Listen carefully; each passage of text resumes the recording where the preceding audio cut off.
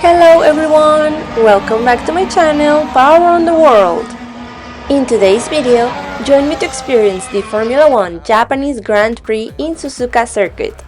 This is a recap of my 2024 experience, and I hope it helps you to know how to get to Suzuka circuit, as well as what you'll be able to find to enjoy the Formula 1 Japanese Grand Prix. Suzuka Circuit is a 5.807 kilometers or 3.608 miles long racetrack located in Ino, Suzuka in Mie Prefecture. It was designed by Dutchman John Hugenholt in 1962 under Soichiro Honda's request. It can be accessed from cities like Osaka or Kyoto, but the closest access is from Nagoya. There are 3 ways to get to Suzuka Circuit from Nagoya, so each day of the event we tried a different way, and I'll share all of them with you so you can choose the one you prefer. Let's start with day 1. On Friday we chose to take the hardest route, and it consisted on taking the JR line. I recommend taking the Limited Express trains such as the Nanki Limited Express Kii Katsuura or the Rapid Express Mie Iseshi train. And in 47 minutes you'll arrive to Suzuka Circuit in a station. This is the closest train station, and from here you'll walk 2 kilometers or about 30 minutes. Also using the JR line, you could take the Kansai line and take the local train, get off at Yokkaichi station, and take the Ise Tetsudo Local 2 train or the Rapid Suzuka Circuit train to arrive to Suzuka Circuit Ino station. However, this option takes around 1 hour 8 minutes, and then there's the 30-minute walk. Once passing the entrance gate, we started to see racing cars, as well as life-size posters of the drivers.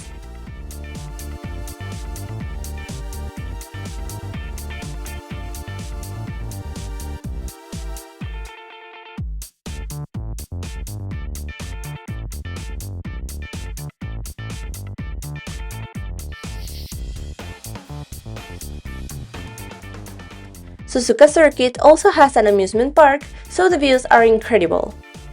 And last year, the cherry blossoms were on peak bloom. This year looks like it'll be the same, so you can get these incredible shots. Also last year, they had this spot where you could leave support messages for the drivers. Basically, you take a ribbon and write a support message, then hang it in some branch or in the wall behind. I'm not sure if this year it'll be there again, but in case it is, now you know about it. By the way, in case you saw my last video about cherry blossoms or sakura and are worried about hanging things on the branches, rest assured that the trees for this activity were fake, so no trees were harmed during this activity. If you don't know what I'm talking about or want to take advantage of staying in Nagoya to see cherry blossoms, I'll leave here and in the description the link to the video with some recommended places to see cherry blossoms in this area. And the video also mentions what to do and not to do with cherry blossom trees. Back to the Japanese Grand Prix, if you want to buy souvenirs, clothing, hats, etc., I recommend going straight to the stores right after entering the circuit area. Since the official stores and shops are mainly located near the main gate, and because it's highly likely that items become sold out very quickly. And also because it's better to start the day getting ready to wear the attire of your favorite team. By the way, let me know in the comments your favorite team or your favorite driver. You can also visit the Honda Racing Gallery, which usually requires previous reservation, but just keep in mind that in case of big crowds, you may need to wait to enter. Here you can see in the center of the floor the racing cars that represent Honda's victories, like the McLaren Honda MP4/6 from 1991. And well, we arrived to our area to sit and enjoy the practice races.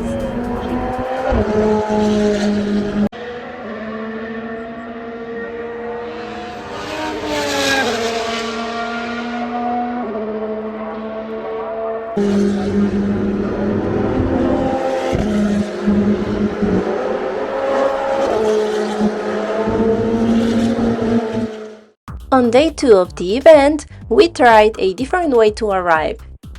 This time we took the Kintetsu line and took the Limited Express train.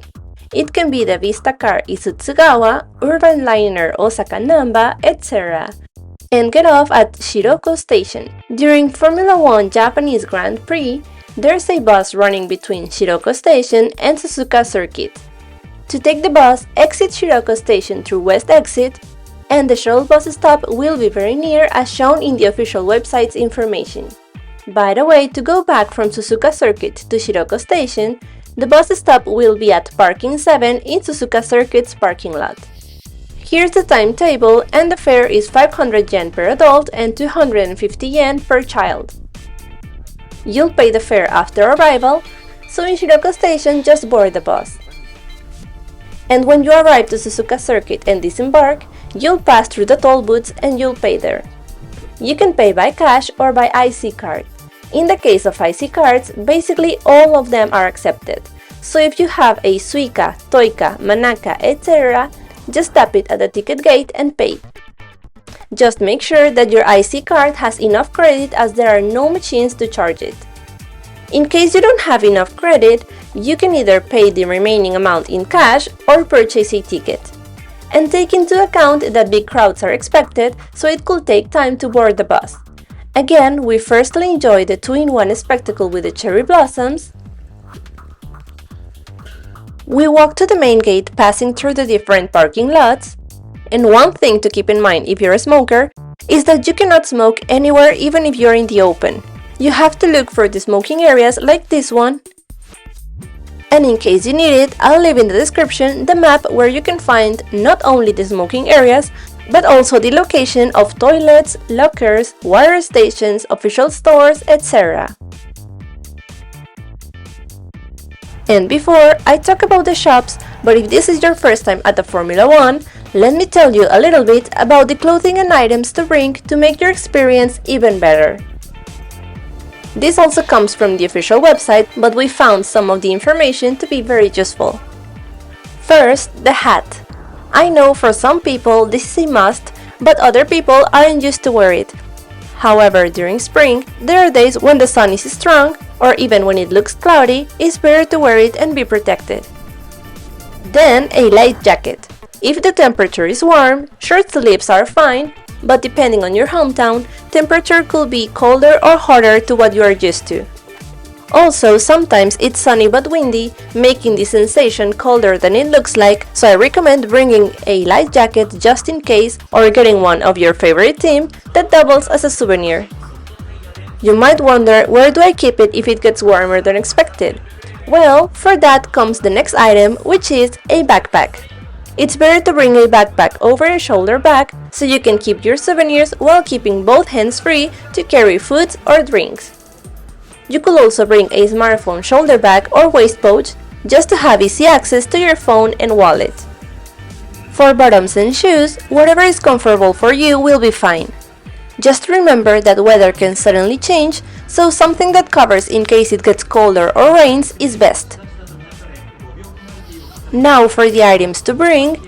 Besides the mobile battery and cash, which might seem obvious, some items that surprised me but were very useful were a poncho or raincoat, which was better than an umbrella as it saved space, was lighter and kept hands-free.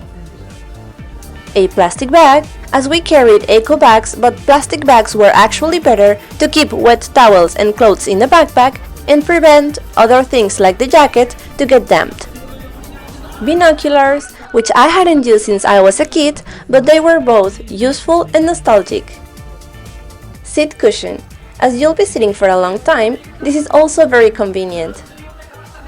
Sunglasses, which could be easily forgotten but help you prevent sore eyes. A towel and sunscreen. Actually, some souvenir towels and sunscreen are sold in the circuit stores, but in case they sell out, like it happened in our case with the sunscreen, it's better to bring one. Tickets, which I know is also obvious, but I'm referring to bringing them either printed or on a screenshot as a backup, since in places with big crowds, sometimes phone signal or data could fail. The website also recommends bringing a radio with earphones, as the live commentary is also broadcasted on Suzuka's FM radio station 78.3. However, I think this might be hard to find or to bring from home if you don't know this in advance,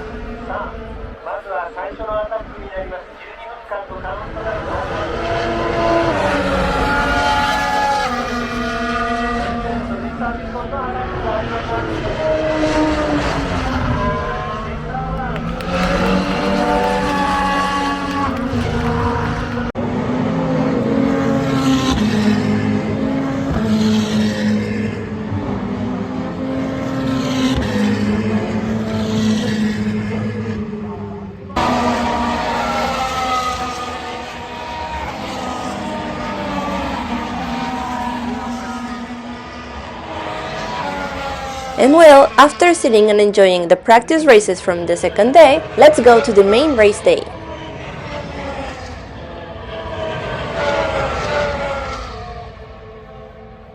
On the last day of the event, we slightly changed the route. We took the Kintetsu line again, and as mentioned before, we took the Limited Express train.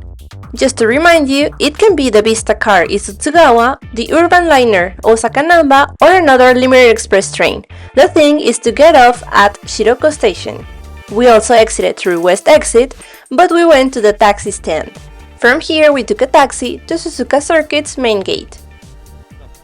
For this method, it could also take some time to take a taxi due to the crowds. But after the wait comes the main race. So just remember to be patient and try to arrive as early as possible. In case you purchase a lot of things and run out of space in your luggage, there's also a shipping service. It can be either domestic or overseas. I'll leave you in the description the link with the fees and reception hours. And in case you didn't get the chance to find tickets or you didn't know about it but are a Formula 1 fan, let me tell you that in Nagoya Station you'll also be able to get a sneak peek of Formula 1's excitement. Every year at the first floor of Nagoya's JR Gate Tower, there are events to enjoy Formula 1. Last year on the Japanese Grand Prix weekend, they were handing out canned badges if you show them a purchase made on any store of the tower. This year, they'll have the event for the whole week before the Grand Prix.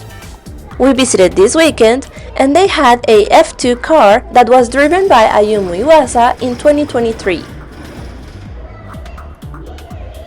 As well as a booth to make your own Ken badge with the 2025 design, official merchandise like hats on sale, a photo spot simulating the podium, and a Formula 1 Trivia Challenge.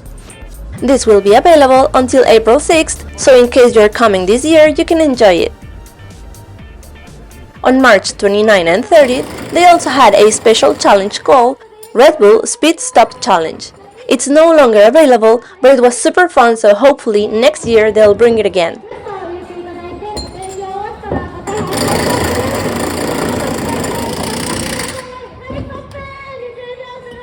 And back to the main race, it was a great experience. To watch it live was a whole new level.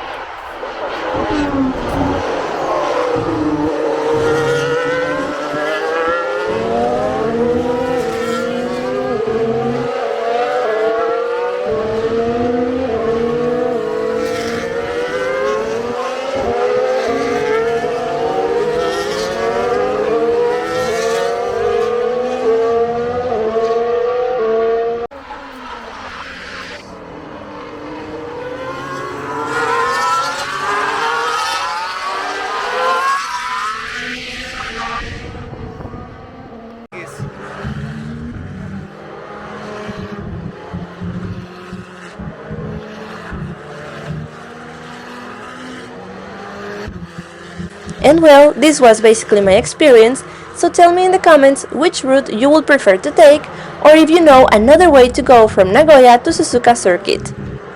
Thank you for watching till the end. I hope this video helped you, and if you liked it, please give it a like, share it with your friends and family who love Formula 1, and consider subscribing and hitting the bell to be notified of new travel-related videos. See you next time, bye!